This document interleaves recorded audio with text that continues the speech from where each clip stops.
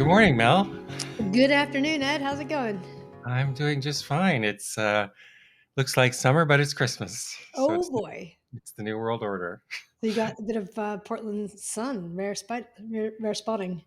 Yeah, at least we're not down in Santa Cruz having tornadoes. Oh, So okay.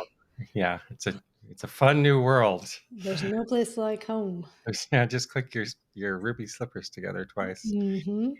Today, you wanted to talk about the vestibular system, and when you told me that, I was like, well, I'm a fan of the vestibular system. I like mine. It helps me a lot, but I like a whole podcast on that, and then I thought, so this is going to be really interesting for you to explain how this vestibular system is so sexy and electrifying that we would want to spend our podcast on it today. And Yes. I'm really looking forward to that. Well, challenge accepted. And from my perspective, I'm looking forward to getting your perspective on it because as I've learned about it and I'm learning about it like from the perspective of neurology, I'm like, wait a minute, this is really for me like picking up resonances of things that are discussed in the Neijing, not through that lens.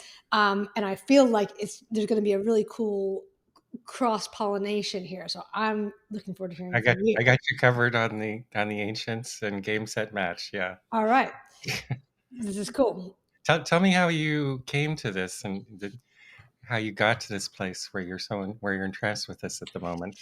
Yeah, it's a funny old thing, a lot of what I've learned about the nervous system has been through necessity, where I had my own health challenges, including things that would be thought of like chronic fatigue and fibromyalgia and exercise intolerance, and trying to figure out like, well, what do you do when exercise doesn't make you stronger, but it makes you weaker? And what do you do if you're tired, even though you're sleeping well, like that sort of thing, where you're kind of just stuck.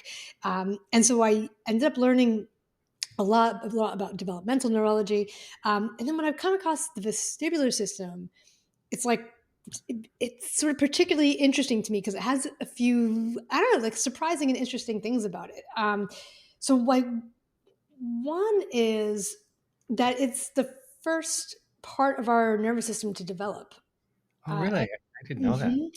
Yeah. So the and I'll make sure that just to explain that your vestibular system is basically what allows you to know where you are in relation to gravity and how fast you're moving, if at all, and also where your head is in relationship to your body. So it answers those questions like which way is up and how fast am I moving?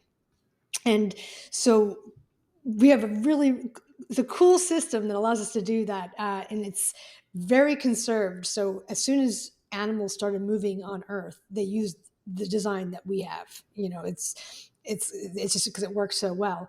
But the organs that allow us to do that, they end up developing to full size before we're born. So I think it's probably the only organ in our body that's true that is true of. So everything else starts off small and then gets big as we get That bigger. goes to how important it is.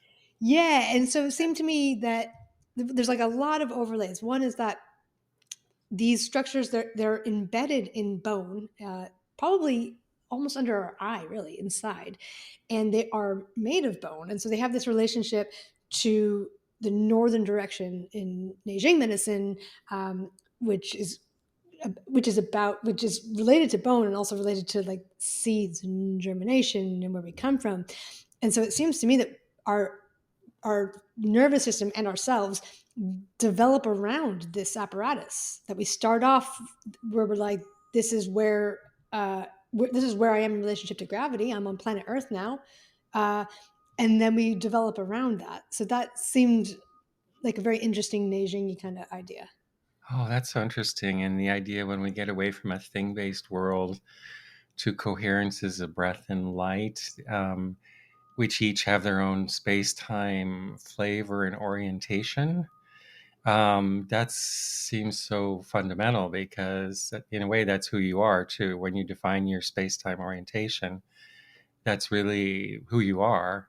And but you're interacting with all these other coherences of space-time organization. So it's like the first thing that's said. And the Neijing talks about how in the body's development, it's, it starts from the kidney root, and then the first thing is the brain forms, and it's really an expression of the essence or the marrow, and the spine is around that too. So it kind of goes to that. It's like the first planting your flag, perhaps. Would you say something? Yeah, it's planting your flag. It's like I am here, and that needs to happen before you can enact your will on your surroundings. So the next thing that I learned, where I was like, oh, this is kind of interesting, um, is people are becoming increasingly aware of this. That if you're right-handed, so if I'm going to move my right hand, so most people are right-handed. If I'm going to move my right hand, that instruction comes from the left side of the brain, okay, left side of the cortex.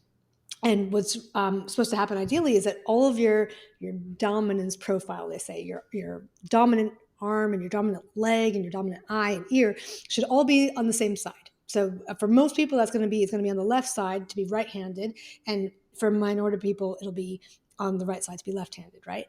But our vestibular system is actually lateralized to the other side, and that happens Whoa. first. So what first happens is that you're like, I am here in this time and place.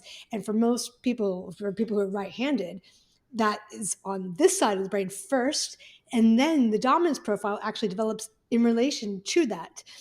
I'm someone who has what is called mixed dominance. So I'm like I call myself now a I'm not surprised knowing you. yeah, and that's not too big of a shocker. A bit of strange wirings going on. Um, I now call myself a fake lefty. And when I was younger, we used to say I was ambidextrous, but I wasn't really ambidextrous. It's more like if you hand someone a new thing, a new tool, like I like just hand you this, it should be a no brainer. You should be able to just reach out and grab it with your dominant hand. There shouldn't be any hesitation. That's like you know what you're reaching it with. It's like that's the fastest one. And for me, I'm like, I don't know which one. I write with my left hand, but my right arm's stronger, and I do sports with my right hand. Except for frisbee, I do left-handed, and like my right foot's dominant, but my left ear's dominant. It's like wacky and crazy. And so when I then learned about this vestibular development, I thought, well, that's interesting. That you know perhaps the root of mixed dominance, which is becoming more and more common. I mean, there's just the stats that are interesting, but it's first that as babies are developing, gestating in utero, they don't first have that strong like, okay, this is where and when I am. This is I'm on Earth, and They're floating. I'm floating in fluid, but yeah. They haven't crossed the veil, as we say, between the world of patterns, of motions to things. That happens when the crossing the veil happens when you come out first and take your first breath, and then all the circulation in your body changes, and now welcome to the world of things. Yeah, Yeah. absolutely. And and that brings up another interesting thing related to that, which is that from the neurological perspective, the process of being born uh, is an experience that changes our mode. Like we need to know physically when we've gone from inside to outside, and so one aspect of that, not the only aspect, but one is that there's like a squeezing that happens when you go out the birth canal. So if you are born cesarean, you miss all that squeezing, right? And of course, cesareans can save lives. They are also often elective, and so it's kind of I think it's helpful for people just to be informed about potential benefits and risks. I think that there's an increasing awareness of this kind of microbiome seeding that happens. So when babies are going out the vagina, they're getting all this like vagina juice, and that's helping to seed the gut. So there's an increasing awareness of that. But the squeezing actually it releases or it signals all these what are called experience dependent genes to switch on, so that people know that they've gone people babies know that they've gone from the Interesting. inside to the outside. So first is like what's going on in utero. And actually here's another thing is that our vestibular system is the first neurological system really to develop in utero, and it becomes myelated first. One reason is so that the baby knows which way is down to come out. So Ah, if you have babies who are in the wrong position, or they're breech, or they need to be born cesarean because they're not progressing, that might be telling you that there's already a vestibular issue. They can't find the exit. Ah, that's interesting. I never thought of the baby's role in that. I always thought of the mother's role Yeah. in positioning of the baby before birth. Yeah. Yeah. So I mean, obviously, I say obviously, but of course, there's a partnership. There should be a dance, Right. but there is the baby's role. That if this is not working super well, then it just can't find the exit. And there's something so important in the squeezing. I remember that's very interesting. The squeezing is a contracting, like a yin contraction, which allows then a yang expansion afterwards, kind of like the big bang of birth. Yes. Wow, that's interesting. Okay. For those who don't know, what is the vestibular system? What is it comprised of? Yeah. Sure. So it's inside of our inner ears, and the way it's been taught to me is that it's these kind of five sensors, Okay. right? Bilateral sensors, and one way to visualize it is if you ever use like a spirit level. And when you kind of tilt it that way, the bubble comes up this way. And when you tilt it that way, the bubble comes up that way. And so you can see very physically where flat is. Okay. Mhm. So we've got what are called three semicircular canals because they look like semicircles. And you have like these little stones kind of moving through fluid. And as we turn one way, the stones move these hairs like you almost like you can imagine like you're looking underwater and there's like seaweed or something. It's like the tide pool or something where the Yeah. So let's say like the tide's moving this way underwater and the seaweed's moving that way. But now imagine that's attached to receptors. That's telling you which way the water's moving. But if it's inside a head, that's telling you that you're moving this way. And Mhm. it works. And then we have these what are also called otoliths, and those are telling us about whether we're moving straight forward or up and down. So like what's activated when you're on a train is horizontal, and when you're in an escalator, elevator, then that's up and down, right? So like the XY axis Like and an XY axis. And they often will use aeronautical terms, pitch, yaw, and roll. So like in terms of like, are you this way? like Are your you that way? plane, Yeah. your Are you this fighter way? jet. hmm and so the vestibular system is so it's telling us, are we up, are we moving, that sort of thing. And so it's most people would associate it with something like vertigo, where you feel like you're spinning, or you feel like you're dizzy, but it's actually intimately connected with like lots of other things. So for example, if you when you stand up, it's actually a miracle that we're able to keep the blood pressure up in our head so that we don't pass out, because that's like actually a huge physical change. And our vestibular system is partly very essentially responsible for that. So it's deeply tied to our autonomic nervous system, our cardiovascular system, our heart rate, our blood pressure. There's also vestibular projections or connections directly to our hormone system. Okay.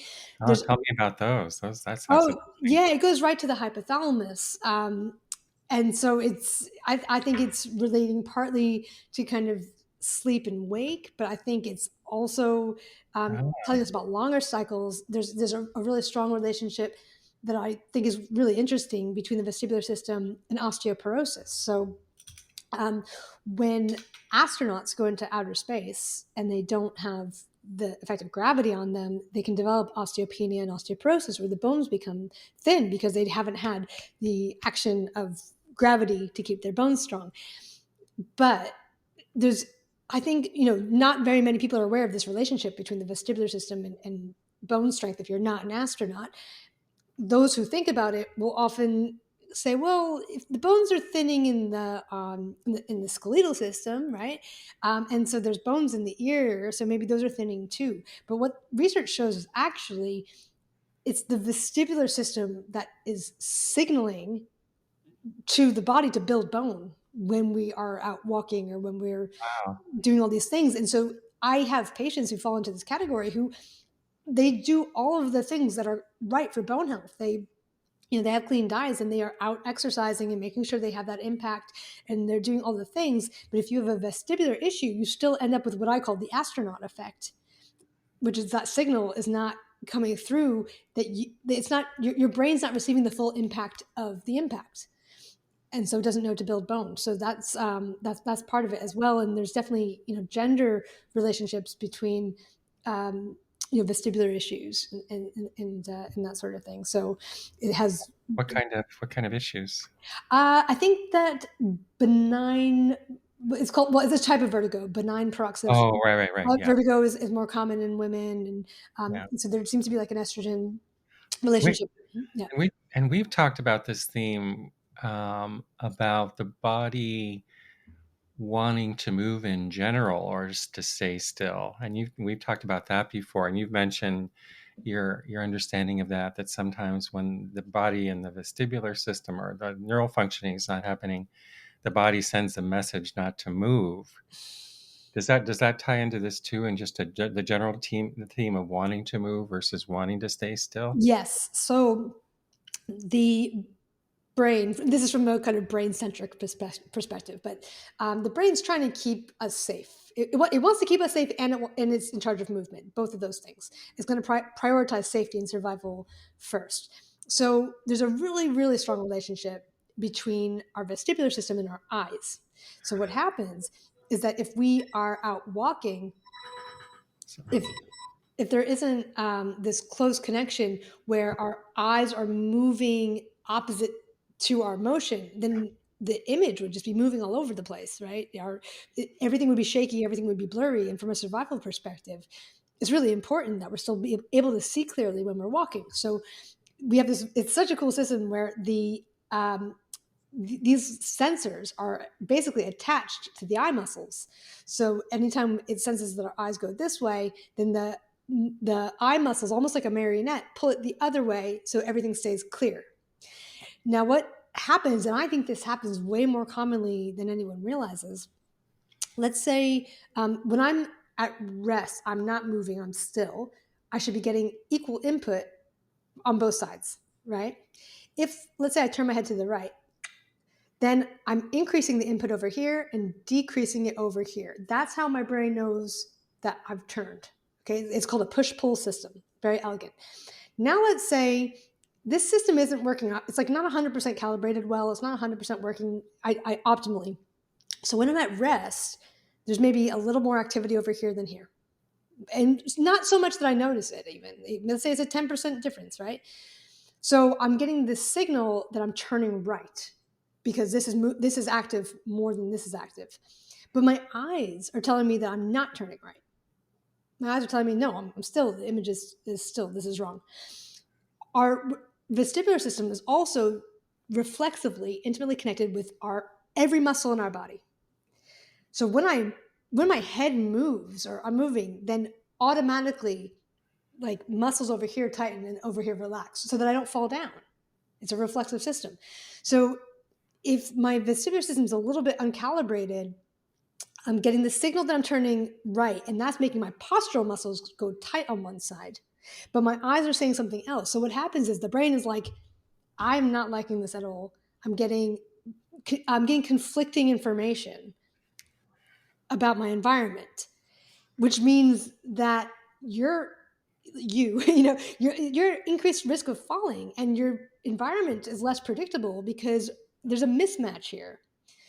If I think that you're at increased risk of falling, which means that this might hit that, but I really don't want, this is not good. So I think I'm going to give you fatigue or stiffness or pain to change your behavior so that you lie down because that would be safer. Wow. This is sending, I'm getting excited about this for several reasons, but one is because they wrote about this so clearly 2,000 years ago, almost exactly what you're saying. Yeah. The other thing I'm thinking about is like when I go to the park and walk and I see dogs running and the joy that animals have in movement. And I don't see that in people, you know? Like when you look at a dog catch a frisbee, it's just, there's so much joy in just the movement. And, people now, especially we've talked about the issues of screens and how we get in fixed positions and stay there all day. And sometimes when we move often, it's because we have to go to the gym and then we do this kind of repetitive thing on the Stairmaster or whatever. And it doesn't look really joyful like that.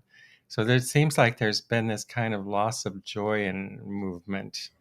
Well, absolutely. And I don't think this was exactly the point that you were going to make, but I will say something like the Stairmaster or a stationary bike or especially a treadmill there's a problem there, which is that when I'm walking, I my brain is expecting the image to be moving past me. Right. But if I'm on a treadmill, that's also it's like, my feet are moving, but the image isn't moving.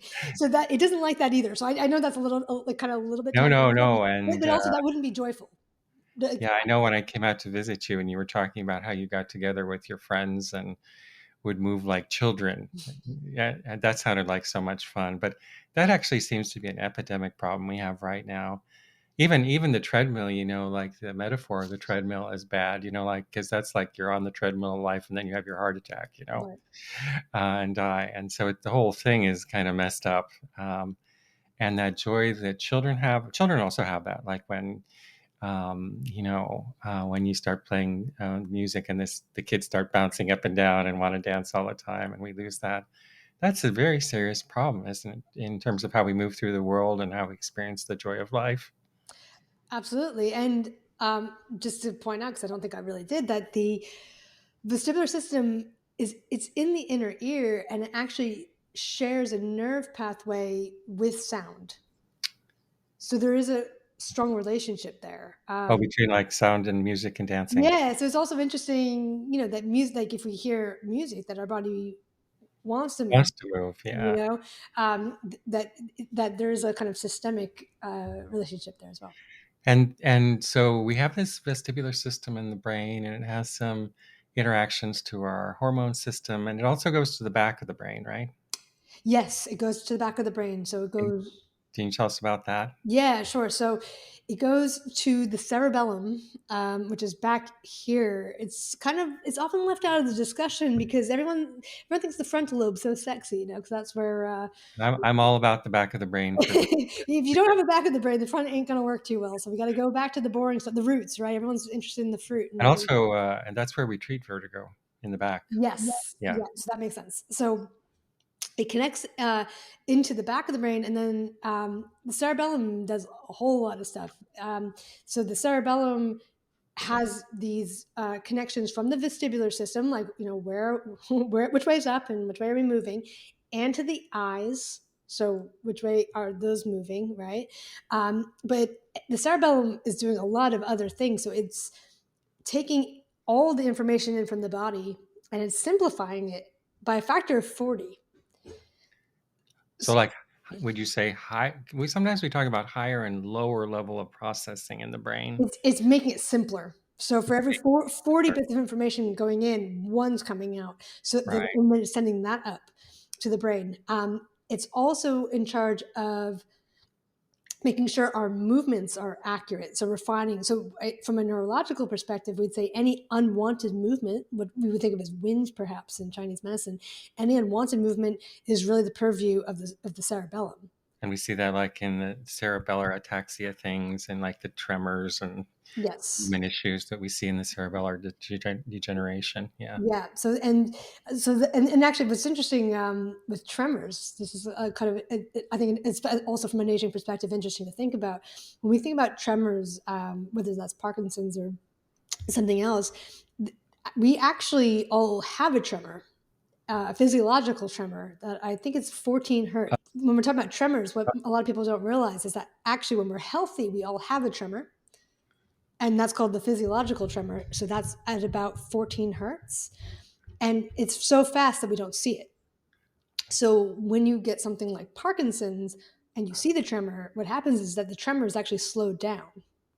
Or sometimes you see it when you get really tired or you exercise too much, and then you start to see it more. Is that correct? That can be true too. So that's a case of the tremor that's always there, moving down. So now it's visible. So in Parkinson's, I think it's like 6 or 7 hertz, or maybe 8 hertz. So that one's always there. And then the other things about the cerebellum, so it's classically thought of as being about movement, so accuracy, balance. But again, going to that vestibular system where we're tying in our posture to our muscle tone.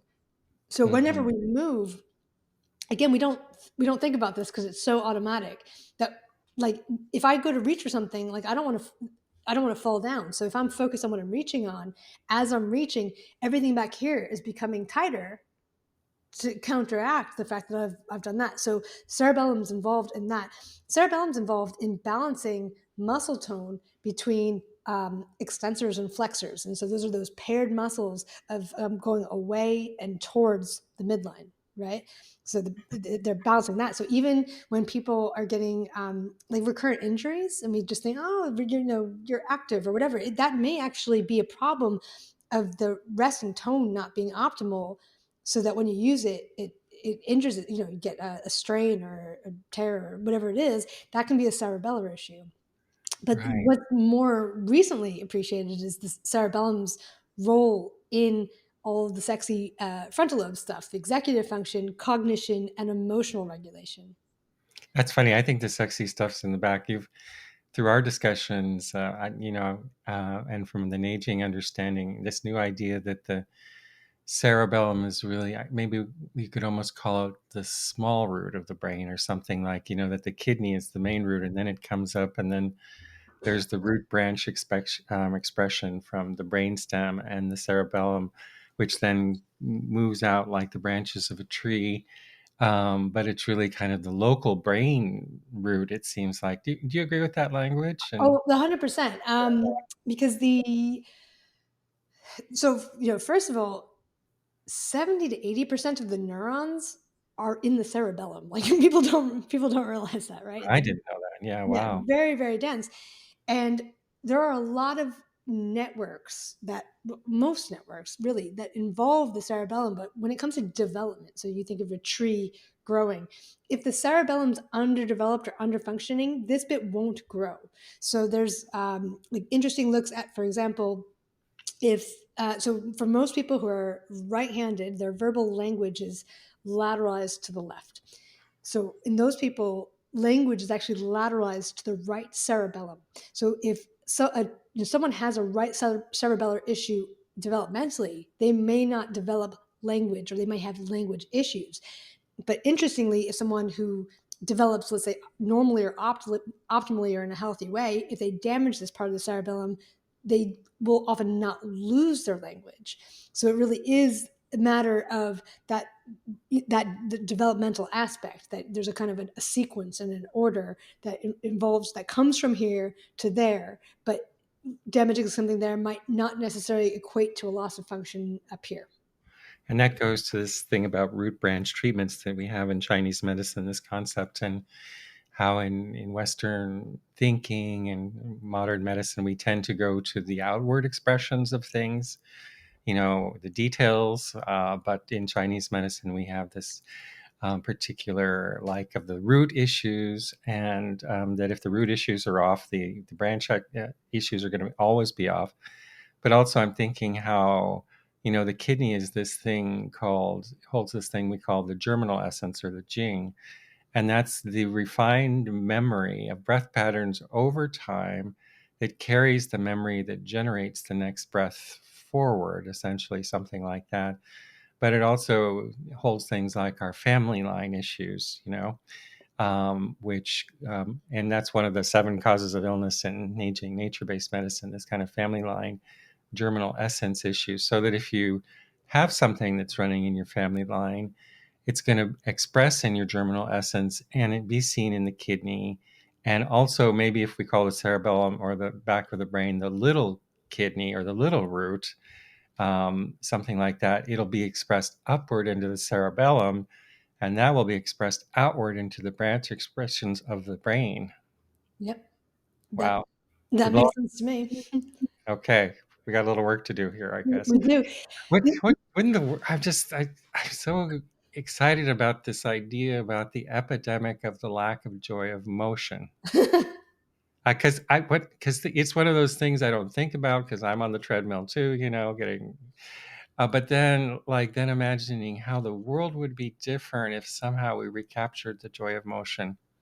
But again, it's hard if your brain's telling you not to move. Yeah, well, this is it. So, I mean, this is one of the conundrums that I face, it when, like, that I know that it's important to move to be healthy, or to do all sorts of things, and yet my brain was literally feeling like it was a threat to itself because of the sensory mismatch, and so it was a really challenging onion to peel. And also there's another idea that I think is really important, and I love this how it interfaces again with Neijing medicine, is this idea that from the brain-based perspective, we do something called survival through prediction. So we have maps in our brain that allow us to try to predict whether something's going to be safe or not. And so we have maps of our own body, and we have many maps of our own body. So many people have heard of which the you might homunculus. also stories in a certain way.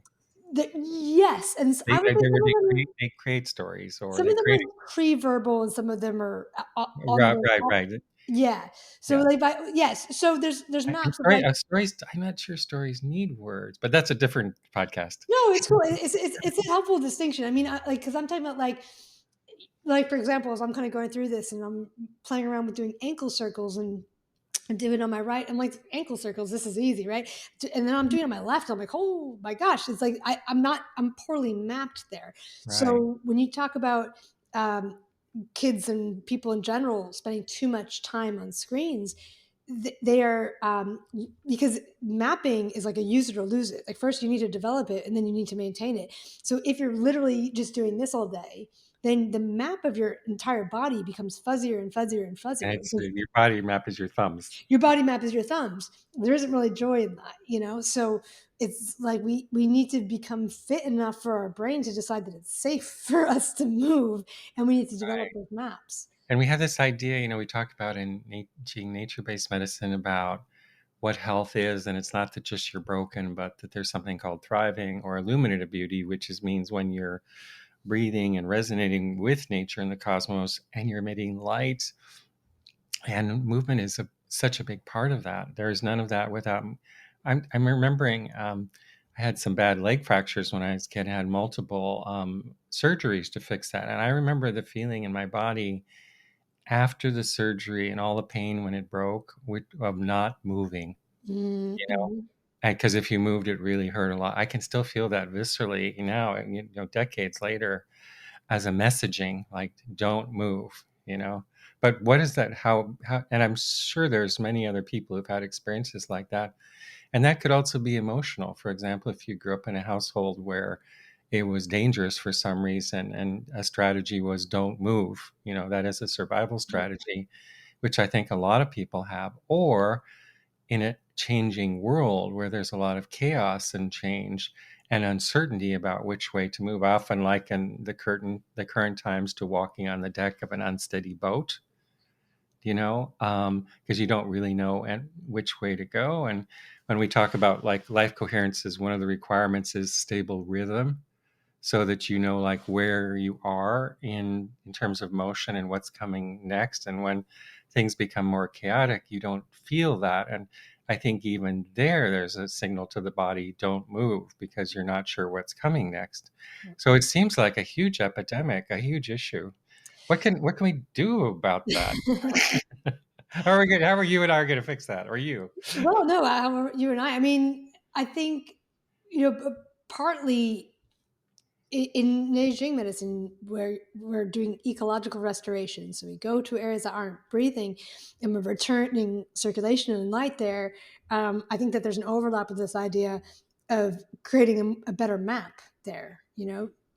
So Yeah. making sure that we can sense that and move that, and it's part of and us, and we know where it is. and we also have the treatment hierarchy in nature-based medicine, which is, like first do the gentle things. And one of the first gentle things is feel tissue breathing. So like when you put your hands on people, one of the first things we feel is it breathing? Which is it moving? And basically probably one of the deepest definitions of an illness is a thing that's not moving, Right. or a thing that's moving out of sequence with nature, essentially. There's this other idea that I think about because we have we have this idea of a concept of evolution and things going from simple to more complex, and with life, part of that is going from not moving to moving. So uh, And yeah, go ahead. oh, I was just going to say, and now there's so much movement, but without so much coherent. I mean, I'm older than you. I remember like movies when they moved very slow and they didn't like jump cut every like millisecond, you know. And also we've talked about like the motion or pattern or the rhythm of electronics and Wi-Fi and all those things like that, and how it's very unsettled and Yeah. doesn't really have a rhythm to it. And now we're kind of immersing ourselves in these rhythms, and how do we get those rhythms back? But it's like we have way more movement in a certain way than when I was like 15 or 20.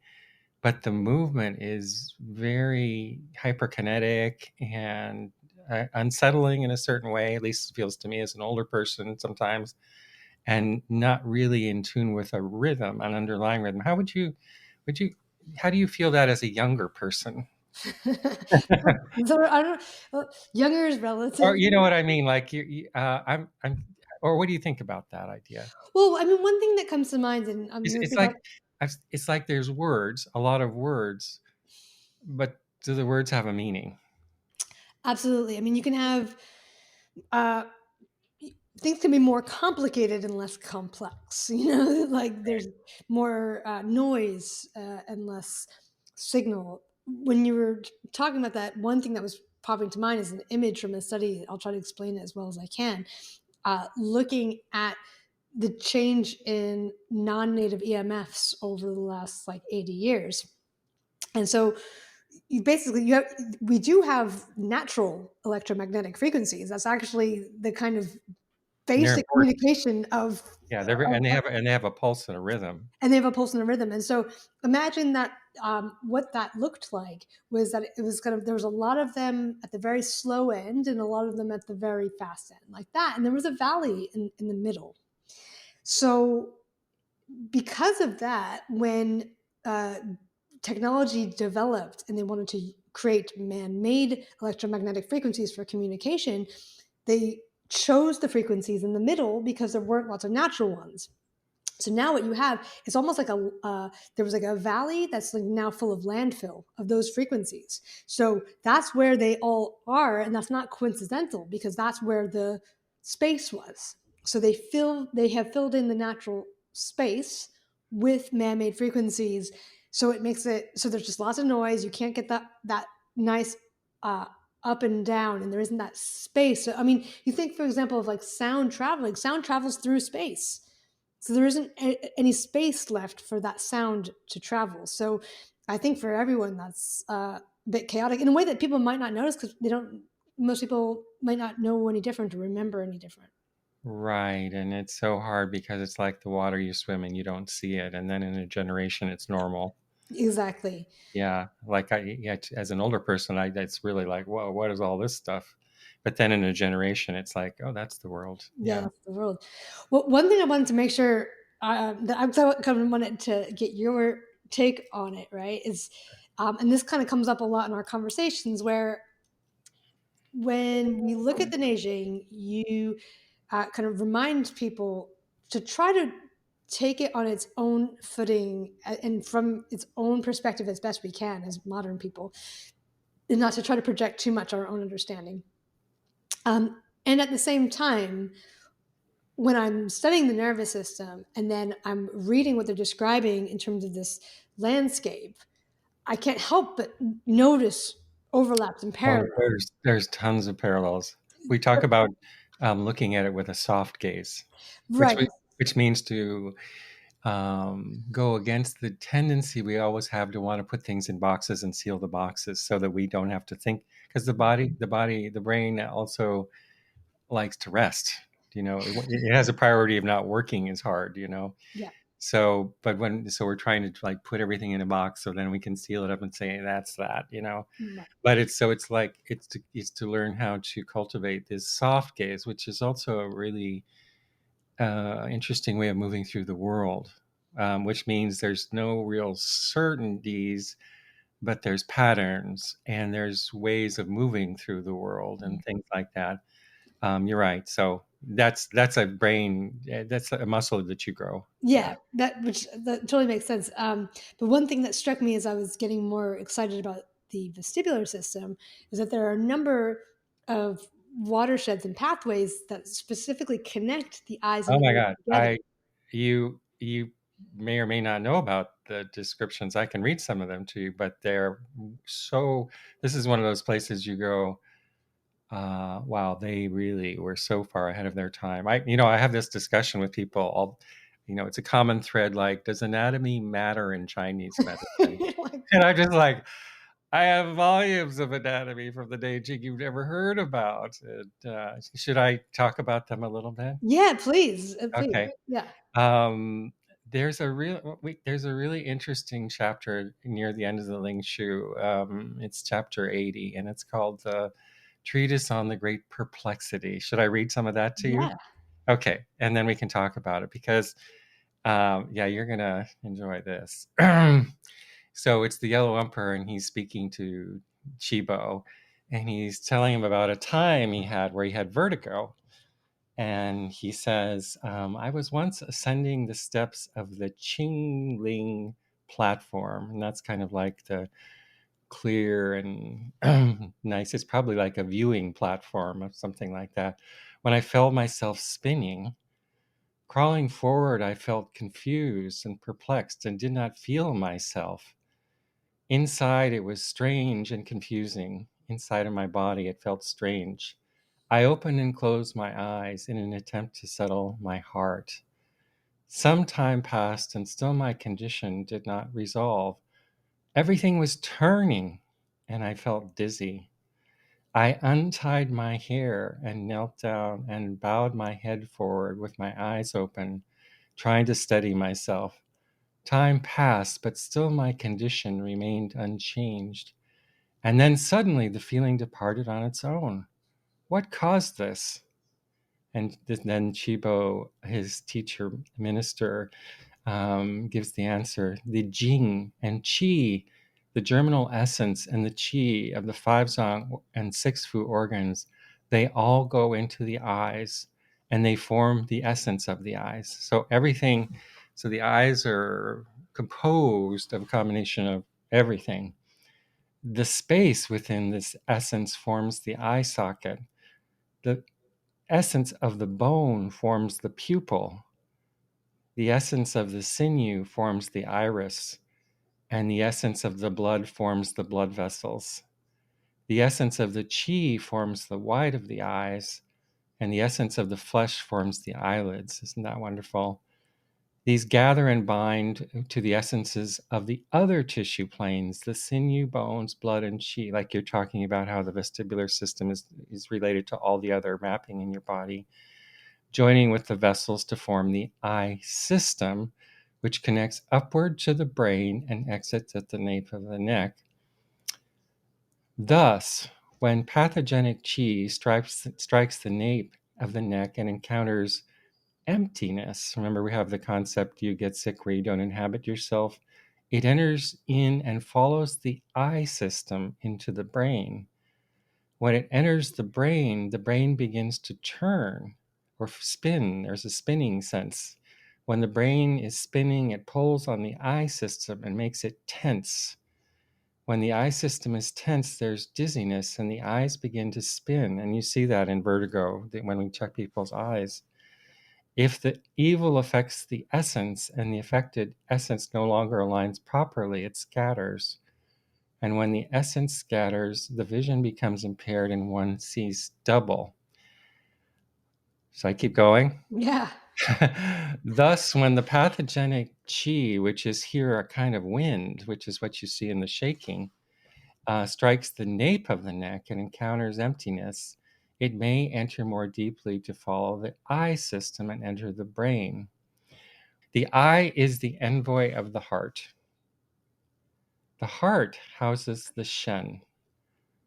Thus, when the Shen and the Jing are in chaos and cannot mutually interact, the vision becomes impaired. The Jing, the Shen, the Hun, and the Po are dispelled, and this is called perplexity. And then the Emperor says something interesting. He says, "I'm not sure your explanation is right. Each time I go to the Eastern Garden, which is where the wind and everything comes from, I experience these symptoms, but when I leave, the symptoms go away. Why is it only here where my Shen is troubled? What is different? And Chibo says, this is not right. And then there's this line that's just so interesting. When something brings joy to the heart but is hated by the Shen, there will be perplexity. The Jing and the Shen are thrown into chaos and the vision is impaired. Therefore, in perplexity, when the Shen recovers, the illness will resolve. This is so interesting. So it goes on there and talks about other things. But there's a couple of really interesting things there. One is that there's this character she, which means network or system, and we talk about it with the lungs and the liver and the heart, and it means the thing with its associated connections around it, kind of. In the eye, there too. So one is called mu shi, which means the eye system itself, the eye and its things around in the orbit, and the other is called the yan qi, which means the root eye network. Mm. And the character yan is like this, it's made up of the same character we use for the secondary root, the gun of a plant, but it means a foundation also. So it means the foundational eye system. And that's related to the Taiyang system and the Yangming system, but particularly from the back of the brain, where the sinew of the Taiyang goes into the brain and goes into the eyes. And that's what they're describing, this back of the brain network to the eyes. Does that I sound mean, that's like, even with this system, when the eyes move up, it actually, our extensor muscles on our back activate. And they say that in the Neijing, they say, like, put your fingers in the back of your head, don't Yes. move your brain, and move your eyes, and you'll feel the back of your neck move. And actually, well, that's a sign because, like, for example, I do not feel it evenly, but I've had a lot of head injuries, so that's something I need to rehab. So we can. Right, That's actually a finding. And when we look down, I can feel it. See, I need to work on this. When you look down, then the front of the body should contract. So it's actually describing that connection to the sinew system, the right. Taiyang. And then also, this is the area at the nape of the neck where also the brain circulations exits into the lower Taiyang River system. So it's like in all brain injuries, it's one of the first places we look. And it often gets stuck because what's going on at the back of your neck, it's like also like when you stare at a phone or a screen, Mm. and now we have like the bone changes from people in the back where they put tension on the sinew system and block that area. Mhm. Um, does that those kind of descriptions, they just kind of send chills down me because they're so far advanced of their time. Absolutely. It's like that's when we think the aliens came and gave us the and that's when I treat vertigo. And then there's also another description about the stomach watershed and how it goes into this. I don't know if you want to hear that too. Absolutely. You do. Okay, let me see if I can pull that up here. I'm here for it. Yeah, this is in another section, another chapter, and the Yellow Emperor is asking about why does the channel river of Yangming stir? And the stirring of Yangming is the carotid artery and the femoral artery, we know, and things like that. And what causes it stirring? Which is interesting, by the way, because where the Yangming River goes along the front of the carotid is also involved in this. How do we keep the pressure in our brain, that area, and all that stuff, our baroreceptors? And Chibo says the stomach chi rises and pours into the lungs. Its strong chi rushes up to the head and follows the throat and ascends into the empty cavities and follows the eye system. And that's that foundational eye system again we were talking about. So the one in the brain, and enters and connects with the brain. It exits at the cheek and at the guest host region, follows the jawbone and joins with Yang Ming, et cetera, et cetera. So that means that there's also a stomach relationship to this system, which we often see in vertigo Yeah, because one of the main symptoms is vomiting. absolutely. Yeah, So there's a relationship. There it goes directly into the brain stem, so it's going to activate those vomiting sensors, and also there's this really strong relationship between the vestibular system and these neck muscles because right. And these SCMs are like such magical muscles for all these things. Yes, Yeah, exactly. So, and these neck muscles, the SEM and the upper trapezius, are innervated from the brainstem, from cranial nerves. So, right. so basically, what we I think we have the most mechanoreceptor, the highest density of mechanoreceptors in the body, are in the upper neck. Yeah. So when we move our head, again, the brain needs to know, am I moving? Which way is up? And where is my head in relationship to my body?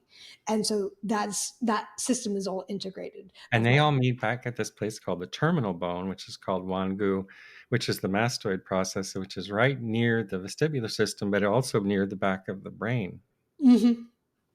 And both, the SCMs and the trapezius, they both meet back there. Oh, interesting. Yeah. Yeah. So the So innervation. that's, I mean, for vertigo, that's like 9 times out of 10 where we're treating when someone comes in and has it, Mhm. depending on the condition. Yeah. And there's this also another passage about I want to say if it's like the gallbladder watershed, but it talks about when it's not working well. Oh, right, right. It says you are not at peace on the earth, You're not at peace on the earth, which and is that like you're walking on the boat with the, yeah, like that's that. right. And that pathway runs between the ears and the eyes, if I It remember. does. It runs, yeah, right in that. It goes right into the ear, actually. Yeah, Exactly. Yeah. yeah. So as I was reading, again, as I was reading those descriptions, I was going, "Oh my gosh!" Like from the perspective of how the nervous system is wired, the functioning is wired. Like that is just like such a bang on description Oh my gosh. of how these things are working. Well, Mel, I'm so interested about how we're going to bring joy back to movement. I mean, we have technical things about how to treat the back of the neck and, evaluate watersheds. But when someone comes in to see you and they have these problems, what do you do about it? And how are we going to bring joy back to movement? Well, I mean, this is always evolving. I'm starting off by evaluating these systems like kind of very clinically, but really dialing in on exactly where something might not be working well, because we are so good at compensating that we can really That's our downfall in a way. yeah, we can handle like a whole lot of things not working very well and still keep going until finally the brain's like, actually, I don't think it's safe to move anymore. So I'm, watching. I'm testing people and saying, how are your eyes moving? How is your head moving? How is your body moving? And dialing in on things like moving. How is your head moving? How not be aware of, and that's kind of good. And then as we can spontaneously become joyful again, because now the brain's no longer saying you should go lie down. I think you're going to fall down. And so movement just becomes more joyful. Right. And for those of you who don't know, and something I'm so excited about working with you is this nature-based medicine is opening so many new doorways and in every direction. And one of them is this idea about nature-based neurology or whatever the name is you call, but you're kind of spearheading that. And I'm so interested to see how this is going to integrate into our practice and treatments. And you've treated me, and it's been very helpful already. So I'm so excited about this. But imagine a world where we had joy and movement, and we weren't just Absolutely. how that would be a different world, and how many world problems we have occur because we don't feel good in our body. Absolutely. And even one thing that comes to mind as well is, I was born and raised in the United States, and I live in the United States. And there's always this movement to make movement safer. So they try to make everything flat and lots of guardrails. And Yeah, let's you forget need about you the need to be stairs. like at a jungle gym. Yeah, you need it to be like a jungle gym. And you go, if like when I've gone to other places in the world, but even just say like places in Italy, for example, and they Right. have these like very Up and down the hilly stairs. Yeah. villages with cobblestones, and you get these like 900-year-old women who are kind of like walking up and all this stuff, and it's like, well, they're healthy into old age because they're walking on an unpredictable surface that's keeping their brain awake and their brain active. Right. Or when I've known family friends, like for example this woman in the UK who lived in to her mid to late 90s, and her bedroom was up a flight of stairs, and I know there's a connection between her having to take Right. those stairs. And here, most people of a certain age are looking for bungalows of like they want to avoid the stairs, and it's like, well, Right. if you don't use it, you lose it. And it's a very limited repertoire. It's like get up, brush your teeth, sit in your chair, do your work, go to your car, drive to the car, park the car, go to your work, come home. It's Yeah. like 10 motions, Yes. you know. or then you go to the treadmill because you're supposed to, you know. Yeah. But you Yeah. make sure that you park as close to the gym door as possible and you take the elevator instead of the stairs and then you do your exercise. There's so many behind the scene issues when we look deeper into the patterns of nature, and one of them, as I was saying, like how many world problems are solved by people not feeling well in your body. For example, if you don't feel well in your body and every day is a struggle, and it causes you to be off and you're like a world leader, what decisions do you make? You know, like wars start that way, I believe, you know, and things like that, and bad decisions about life and relationship. And a lot of them start in your body, but we never have that dialogue with the body. Oh, absolutely. Because from this brain centric idea, the brain's about uh, survival and movement. But if it feels any kind of threat, that changes things. So And now, it takes priority too. and it takes priority. So, like for example, if someone's in pain and they have chronic pain, that takes a lot of their focus. But that's also pain is an output of the brain from this perspective. And so in our body, we don't have pain sensors. We have danger sensors, and those can be interpreted by the brain as pain if it's not feeling safe. So I agree with you. I think this is profound because then that affects our cognitive capacity. I mean, everyone knows this. If you've ever had like a back pain, like how good are you Yeah. are you at It thinking? changes everything. It changes everything, and then you interpret ambiguous signals as danger signals rather than ambiguous or safe And signals. you feel life is survival. Yeah, Yeah. absolutely. Well, Mel, we've come to the end of our day today. You did convince me how sexy the vestibular system is, and this idea of returning joy to motion is a very exciting idea. And you know, one way, of course, is just to give it to teach it to young kids and then wait a generation. But I think I'm just thinking about all the people who are all life stages who could have more joy and motion. Well, I think the vestibular system is an ambient system. It's always on. So I think anything we can do to help it work better, it like makes everything kind of work better, and then everything gets a bit more joyful. Let's get on that. Let's do that. All right, High five. Ready? Boom. boom. All right.